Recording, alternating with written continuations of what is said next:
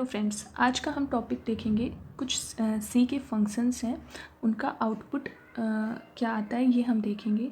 ये बहुत इम्पॉर्टेंट है क्योंकि कभी कभी एग्ज़ाम्स में हमारा आता है आउटपुट के लिए और हमें आउटपुट बताना होता है थ्रू अ फंक्शन और कभी कभी मिस्टेक हो जाती है, तो हम आज उसको देखेंगे।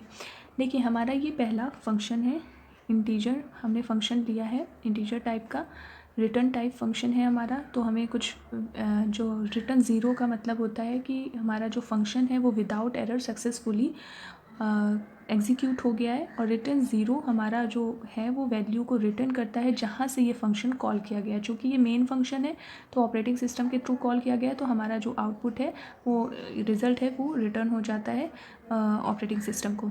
तो पहला फंक्शन अगर हम देखें तो पहले में हमने डेटा टाइप ए में फ्लोट है, जो डेटा एक वेरिएबल का उसका डेटा टाइप फ्लोट है, उसमें वैल्यू हमने 3.4 इनिशलाइज़ की है और बी की 5.0, क्योंकि ये फ्लोट्स वैल्यू हैं तो पॉइंट्स में लिखी हुई हैं। अब इंटीजर सी टाइप का एक वेरिएबल लिया है जिसपे हमने कुछ कैलकुलेशन जो कराई है वो सी वेरिएबल में स्टोर कर दिया है। अब देखिए, इंपॉर्टेंट चीज़ क्या है कि ए हमारा क्या है, फ्लोट टाइप का है, बी हमारा फ्लोट टाइप का है। तो जब ए और बी फ्लोट टाइप का है तो कैलकुलेशन हमारा फ्लोट में ही होगा। तो जैसे ही हमारा कैलकुलेशन फ्लोट में होगा तो ए प्लस बी है तो फ्लोट में कैलकुलेशन हुआ 3.4 प्लस 5.0। अब आप बोलेंगे कि सी हमारा इंटीजर टाइप का है, लेकिन अभी सी में वैल्यू स्टोर नहीं हो रही है, पहले कैलकुलेट होगी वैल्यू। कैलकुलेट हमारी फ्लोट में होगी तो कैलकुलेशन क्या आएगा, 8.4। इन दोनों को अगर हम ऐड करेंगे तो 8.4 आएगा। यहाँ पर 8.4 इसकी कैलकुलेशन आते ही जब ये स्टोर होगी तो ये इंटीजर टाइप का है। इंटीजर में फ्लोट की वैल्यू कभी भी स्टोर नहीं होती है, तो यहाँ पे जो आउटपुट आएगा वो ज़ीरो आ जाएगा। आप होप गाइस कि आपको ये फंक्शन समझ में आया होगा।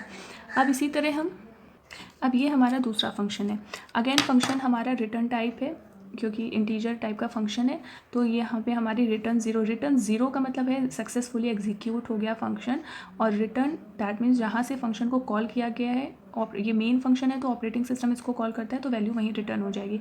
अगेन हमने फ्लोट टाइप का वेरिएबल लिया है 3.4 एंड फ्लोट टाइप का वेरिएबल बी 5.0।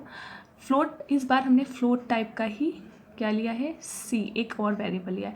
जब हम वेरिएबल्स को ऐड करेंगे तो सबसे पहले तो ये जो वेरिएबल हमारी जिस डेटा टाइप की उसी डेटा टाइप में कैलकुलेट होंगी, तो हमारा प्लस का ऑपरेशन है यहाँ पर, तो 8.4 वैल्यू इसमें स्टोर होगी, कैलकुलेट होगी। पर ये दोनों ही फ्लोट वैल्यू हैं और हमें स्टोर भी फ्लोट में ही करना है, तो इसका रिजल्ट जो आएगा वो 8.4 ये रिज़ल्ट आएगा।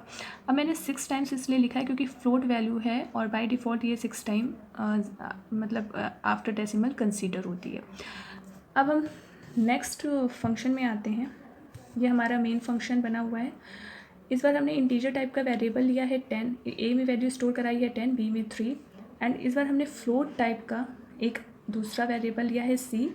अब हमने इंटीजर की वैल्यू को डिवाइड कराया, जो कि 10 को 3 से डिवाइड कराएंगे, ये इंटीजर में है तो वैल्यू हमारी क्या आएगी, 3 आएगी।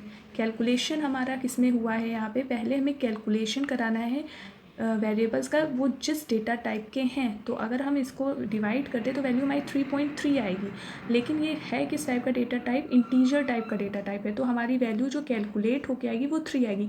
लेकिन 3 वैल्यू को हमको स्टोर किस में कराना है, फ्लोट में कराना है।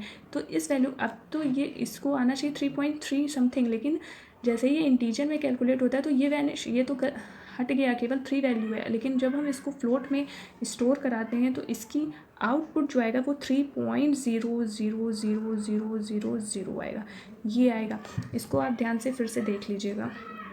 नेक्स्ट हमारा फंक्शन है मेन फंक्शन, एंड देन हमने इंटीजर वैल्यू ली है जिसमें 10 वैल्यू वेरिएबल में स्टोर कराया है, इसमें 3 इंटीजर टाइप का ही एक दूसरा वेरिएबल लिया है। अब इसमें हमने जब इंटीजर की वैल्यू को डिवाइड कराया तो आप देख सकते हैं इंटीजर का कैलकुलेशन है तो फ्लोट वैल्यू नहीं आएगी, तो हमारी जो आउटपुट आएगा कैलकुलेशन का वो 3 आएगा। अब इसको स्टोर कहाँ पे करना है, इसको इंटीजर में ही स्टोर करना है, तो इंटीजर में ही स्टोर करना है तो आउटपुट हमारा 3 आएगा।